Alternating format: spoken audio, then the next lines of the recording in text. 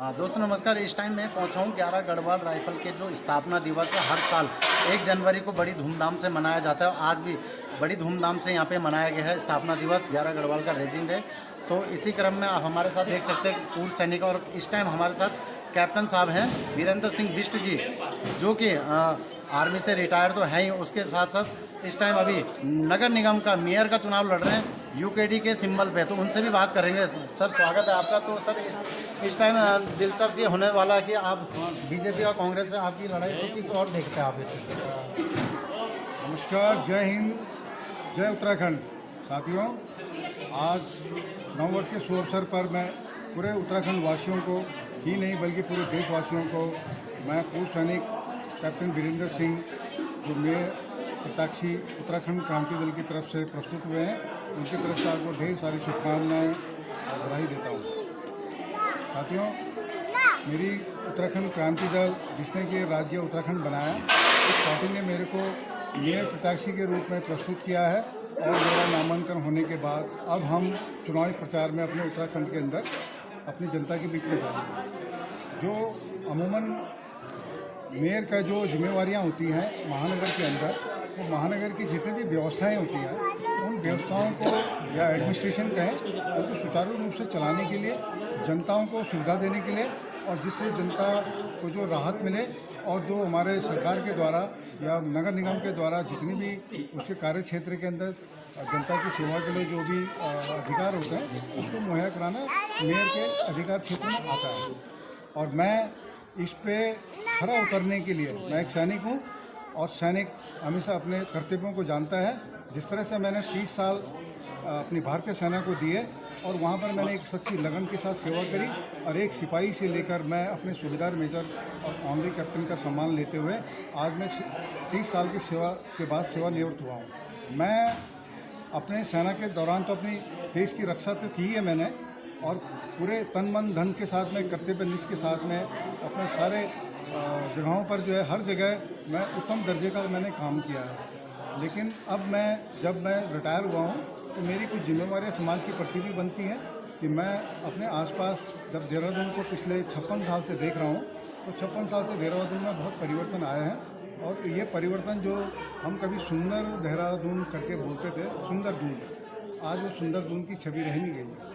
आज हमारा सुंदर दून जो है, जो प्रकृति प्रेम था, जो पूरे इंटरनेशनल के अंदर स्कूल हब यानी पढ़ाई का केंद्र जिसमें बोला जाता था, आज ये हमारा जो पूरा कंक्रीट का जंगल बन चुका है।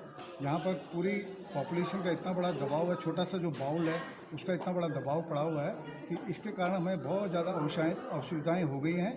और ट्रैफिक जाम, सड़क, स्ट्रीट लाइट, टेलीफोन के खंभे, सिंचाई और पानी की सुविधाएं, गार्बेज सिस्टम, और उसके अलावा आपकी जो सिक्योरिटी, जो सुरक्षा है, और ख़ासकर देहरादून जैसे हमने बोला है कि स्कूल हब है, तो नशे का बहुत ज़्यादा यहाँ पर चलन चला हुआ। हमारे बेचारे युवा बर्बाद हो गए हैं इसमें। तो क्या हमारा युवा का भविष्य होगा? अब मैं बातें करता हूँ स्टार्ट से कि हमने बात करी है कि जो पॉपुलेशन का जो यहाँ पर दबाव पड़ गया है, अब लोग आए हैं, तो अब हम ये नहीं कह सकते कि वो क्यों आए, क्या है, उनकी ज़रूरतें हैं। कुछ प्लान किसी को रोज़गार के कारण आया है, किसी का प्लान जो है, यहाँ पर देहरादून पूरे वर्ल्ड फेमस है, तो लगता है कि जो यूपी, बिहार और आपके हरियाणा, दिल्ली से जो लोग आए हुए हैं, उत्तर प्रदेश से जो लोग आए हैं, उनको लगता है कि उत्तराखंड के बराबर कोई सुरक्षित जगह नहीं है। लेकिन समय के साथ साथ जो है ये थोड़ा सा असुरक्षित भी हो गया है। कई ऐसे जो तत्व हैं हमारे उत्तराखंड के अंदर सक्रिय हो गए हैं, जिसके कारण उत्तराखंड का जो वातावरण है बहुत दूषित हो गया है, और आए दिन कई घटनाएं हो रही हैं। जैसे उदाहरण के एक छोटा सा उदाहरण देता हूँ। जैसे आईएसबीटी के अंदर एक 14 साल की बच्ची के साथ 5 लोगों ने बलात्कार किया, तो ये सुरक्षा के ऊपर सवाल उठता है कि क्या उत्तराखंड सुरक्षित है? अब इससे मैं ज़्यादा क्या कहूँ, आप खूब सारी चीज़ें, खबरें आपने देखी हैं। उसके अलावा जो हम सड़क की बात करते हैं, तो सड़क में आपने देख लिया कि पॉपुलेशन इतनी ज़्यादा है। जब 25 साल पहले ये उत्तराखंड बना था और राजधानी अस्थायी तौर पे देहरादून को घोषित किया गया था, और अस्थायी राजधानी गैरसैंण, लेकिन गैरसैंण का अभी तक कोई कार्य हुआ नहीं इसके ऊपर।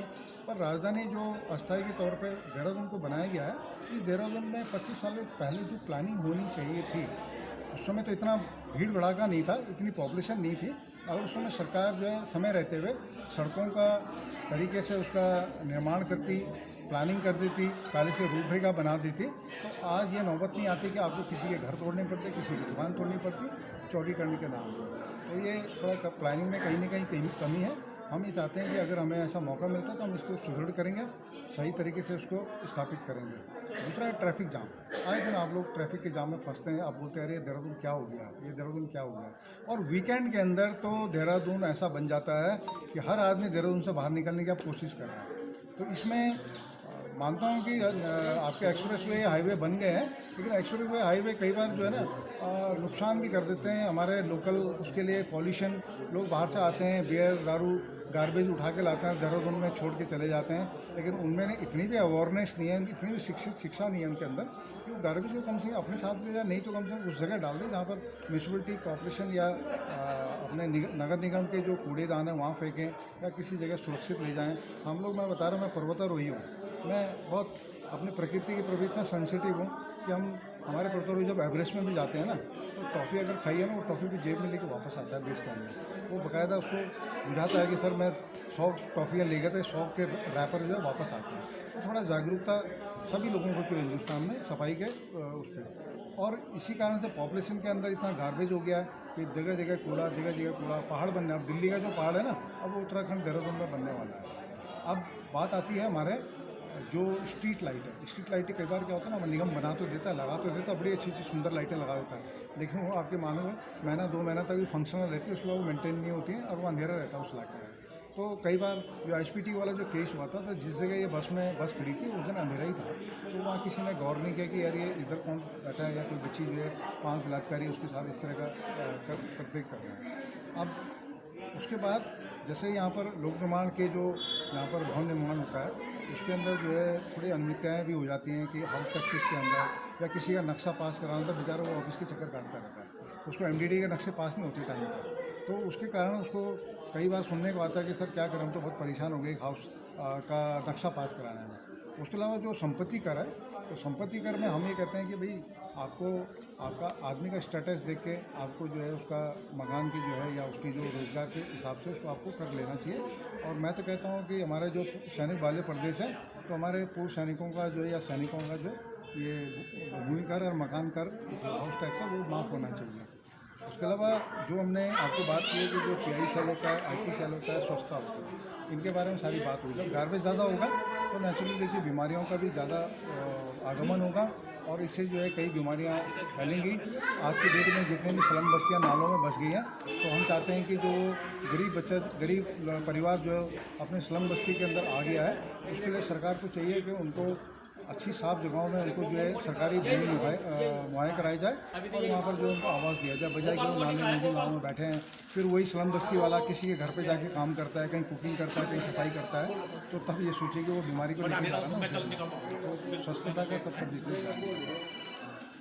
तो ये था हमारे साथ कैप्टन वीरेंद्र सिंह रावत जी, 11 गढ़वाल से रिटायर है और इस टाइम महानगर में मेयर का चुनाव लड़ रहे हैं उत्तराखंड क्रांति दल से, उत्तराखंड क्रांति दल के सिंबल पे चुनाव लड़ रहे हैं। तो हमारी शुभकामनाएं आपके साथ है। धन्यवाद।